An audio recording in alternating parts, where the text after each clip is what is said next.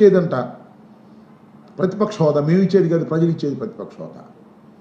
మీరు రండి, మీకు ప్రతిపక్షం ఇవ్వము, మేము ఇవ్వకపోతే ఇవ్వకపోయావు. 11 మంది శాసనసభ్యులు ఉన్న మమ్మల్ని చూసి ఎందుకు ఎంత భయపడుతున్నావు? శాసనసభలో మేము లేకపోయినా మా గురించే మాట్లాడుతున్నావు, జగన్మోహన్ రెడ్డి గారి గురించే మాట్లాడుతున్నావు, జగన్మోహన్ రెడ్డి గారి వ్యక్తిత్వం అన్నం గురించే మాట్లాడుతున్నావు. అంటే జగన్మోహన్ రెడ్డి గారు అంటే ఎంత భయపడుతున్నావో చాలా క్లియర్గా అర్థమైపోయే పరిస్థితి ఉందని కూడా ఈ సందర్భంగా నేను మనవి చేస్తున్నా.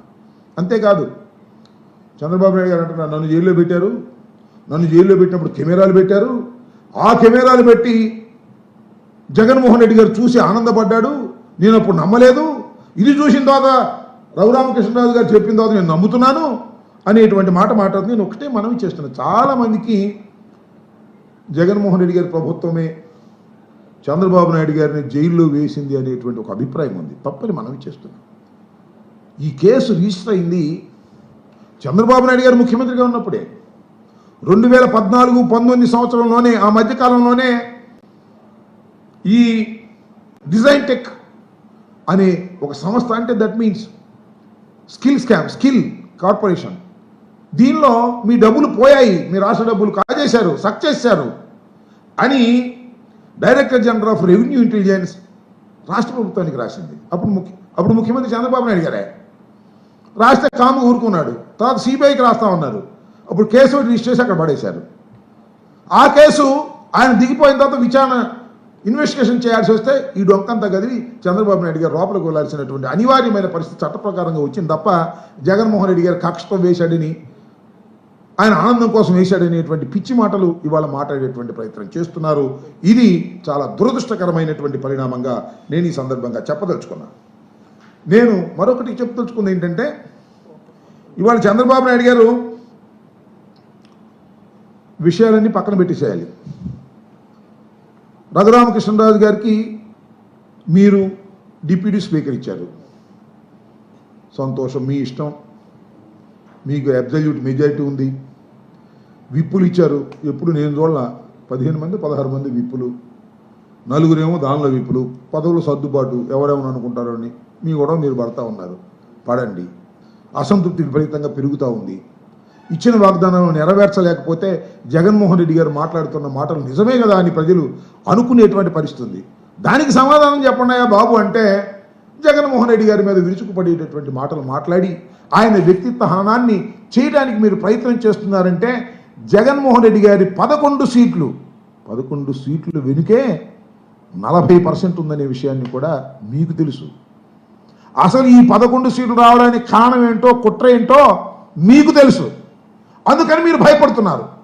భయపడి ప్రతి క్షణము కూడా జగన్మోహన్ రెడ్డి గారిని దూషించేటటువంటి కార్యక్రమం, జగన్మోహన్ రెడ్డి గారిని వ్యక్తిగా ఆయన్ని నేను ఇక్కడికి ఒక సందర్భంలో చెప్పాలి. నేను జగన్మోహన్ రెడ్డి గారు చంద్రబాబు లాగా చీటర్ కాదు, జగన్మోహన్ రెడ్డి గారు చంద్రబాబు లాగా కన్నింగ్ కాదు, జగన్మోహన్ రెడ్డి గారు చంద్రబాబు లాగా మహా అద్భుతమైన నటుడు కాదు.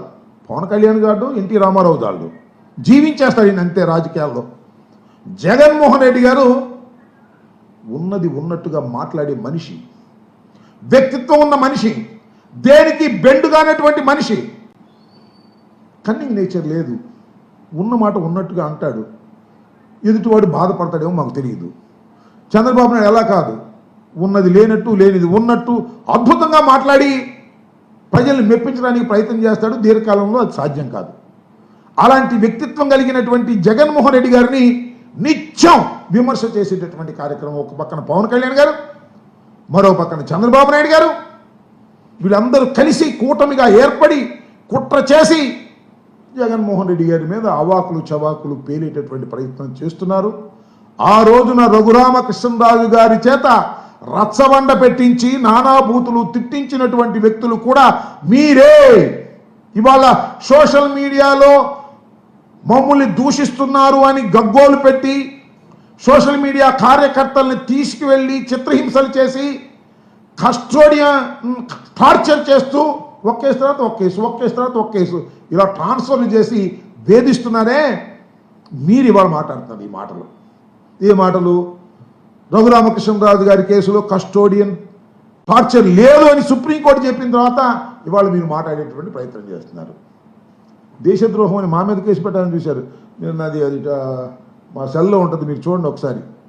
మా సెల్ తీసుకున్నది ఏంటంటే, జగన్మోహన్ రెడ్డి గారు కుట్ర చేసి వీళ్ళందరూ కలిసి కృష్ణా బ్యారేజీ బాలకొట్టాలని చూశారంట, బోట్లు పెట్టి. జగన్మోహన్ రెడ్డి గారు దానిలో భాగనంట, కుట్ర చేశారంట. చిన్న కేసు పెట్టారు, పెద్ద కేసు పెట్టాలని చూశారు, అది సింపుల్గా చిన్న కేసు అయింది, పోయింది. జగన్మోహన్ రెడ్డి గారిని కేసులో పెట్టే పరిస్థితి కూడా లేకుండా చేశారు.